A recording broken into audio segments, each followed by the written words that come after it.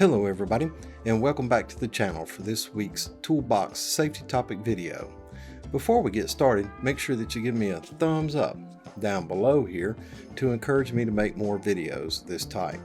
Also, subscribe to my YouTube channel where you'll find additional videos of this nature, other safety related videos, and leadership training videos. And if you find this information useful or helpful, make sure you share it with your coworkers and colleagues. Well, let's go ahead and get started with the Toolbox safety topic video. This week's topic is Oxy-Fuel gas cutting torch safety. Fuel gas cutting tools are some of the most common tools used on our job sites. However, at times, they are also some of the most misused tools. They are often found with leaking hoses, incorrect repairs, broken glass, non-functioning regulators, clogged tips, cracked barrels, or what have you. The work that these tools allow the employee to perform can quite often be dangerous. Thermal and UV burns to the skin and eyes, exposure to toxic fumes, fire or explosions are just a few of the many hazards associated with oxy-fuel gas cutting.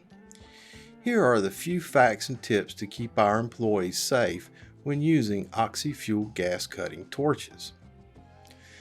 Compressed gas cylinders in themselves are potential hazards if they are improperly handled.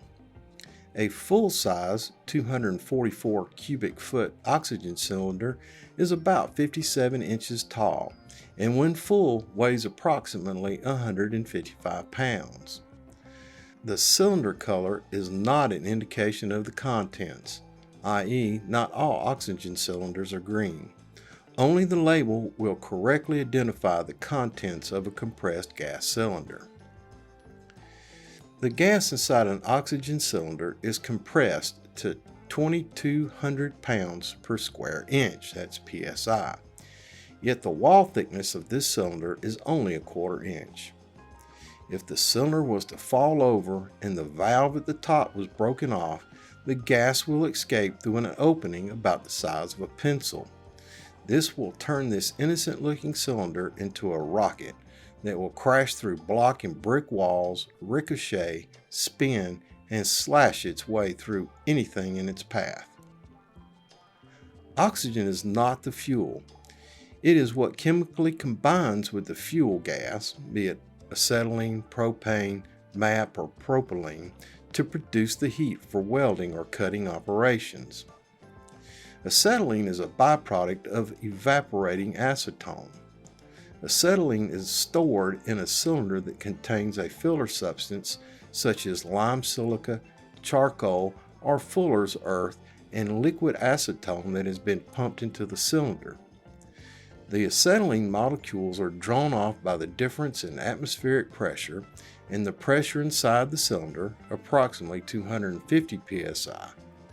Because there is a liquid acetone inside the cylinder must always be kept secure in the vertical position while in use and never laid on its side. All compressed gas cylinders must be stored upright and secured. Stored oxygen and fuel gas cylinders must be separated by 20 feet or by a non-combustible barrier of 5 feet high with a 1/2 hour fire-resistant rating. The regulator ensures that the pressure of the gas from the tank matches that required pressure in the hose. The flow rate is then adjusted by the operator using needle valves on the torch. Accurate flow control with a needle valve relies on a constant inlet pressure. The gas regulators and gauges take quite a beating from careless handling while taking them in and out of the toolbox, or if they ride around unprotected in the back of pickup trucks. Exercise caution when handling a torch set and store it correctly. Now the hoses are color-coded for visual identification. The color of the hose varies between countries. In the United States, the oxygen hose is green and the fuel hose is red. LPG will damage an incompatible hose, including most acetylene hoses. so ensure the hose is compatible with the gas being used. The threaded connector on the hoses are handed to avoid accidental misconnection. The thread on the oxygen hose is right-handed, while the fuel gas hose has a left-handed thread. The left-handed threads also have an identifying groove cut in the nut.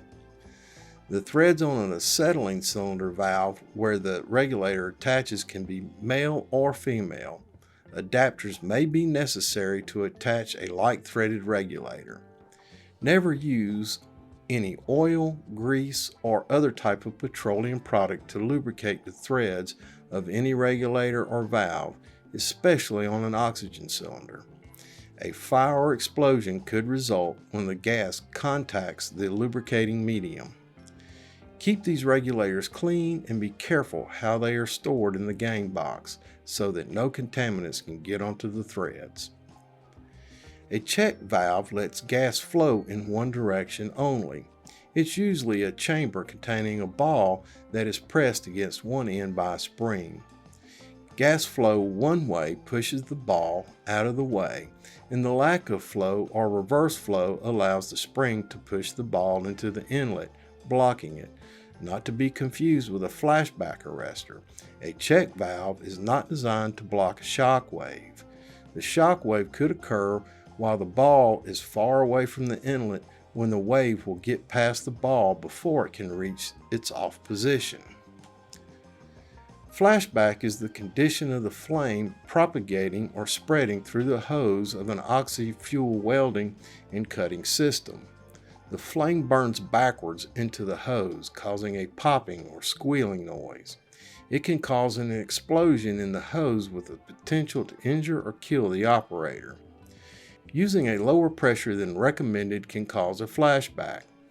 To prevent such a situation, a flashback arrestor is usually employed. Best practice is to fit flashback arrestors at the regulator and check valves at the torch. And be sure to read the SDS information on acetylene. You will see that if acetylene is released into the atmosphere at greater than 15 psi, it becomes unstable and can explode without the aid of any spark or other heat source. It is important that the tools and equipment associated with oxy-fuel gas cutting operations, especially the regulators, be inspected and maintained on a regular basis. Be sure to inspect the environment where you will be using the oxy-fuel cutting torch. Remove all flammable and combustible materials in the area. Have a charged fire extinguisher nearby in case of fire. Hot work permits and fire watch may also be necessary for your work area. Also, proper personal protection such as burning goggles and face shield should always be worn to protect the eyes and face against glare and flying sparks. Make sure these lenses of our Shade 5 are darker, not simple tinted safety glasses. Additionally, you must have long pants, long sleeve shirt, welder sleeves or jacket, or some other form of protection for protection of your body. Don't forget your hearing protection. Do this even for just a simple 30-second job. Do not ignite the torch with anything other than a friction striker. The use of matches, lighters, welding art, or relighting from hot work is prohibited. These are some simple reminders of oxy-fuel gas cutting safety. These words alone will not protect you from the hazards associated with the task.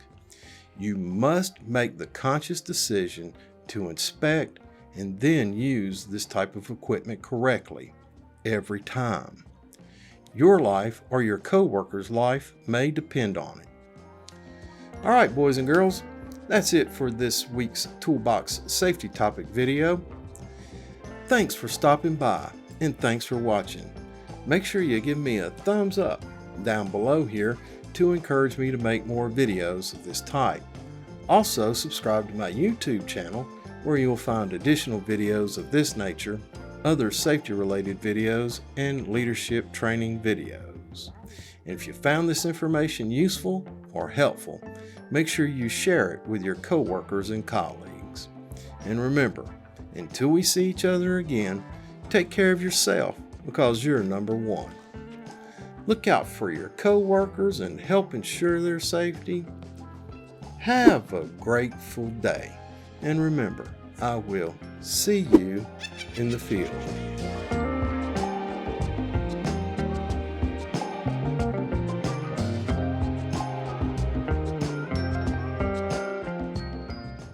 All right, I bumbled through that a time or two, but that's okay. Oxygen and acetylene, oxygen and propane, these are used a lot in the construction industry for construction or demolition. They're useful tools and we use them all the time. They're great. They do a job that they're designed to do. However, the components can be dangerous if they're mishandled. So make sure you study up and understand. If you have any specific questions over oxygen, acetylene, or fuel gas cutting torch operations, you can drop me a line down below and I'll be sure to get back with you and give you some guidance on those things. Remember that these videos can be used on your job site as a Toolbox safety topic meeting. Just remember to generate a sign-in sheet. Reference this video, or if you need another video, I've got several out there and there's other people who make these videos, and show the videos, maybe have a question and answer time, and make sure everybody signs that sign-in sheet, and that becomes a document that you can hand to OSHA to show that you're satisfying the standard on continuing education for your workforce. If you have a specific question on a safety item, leave me a note down below and I'll get back with you and we'll work through whatever the question is. And if you would like to see me make a specific video on a safety topic that you need on a job site or in your company, once again, leave me a message down below and we'll see about getting that done for you. Anyway, if you go to the very end, I did get out this weekend and make some more Easter eggs for you. So take a look at them. Tell me what you think. Anyway, thanks for watching. Have a grateful day, and I'll see you in the field. Stop recording.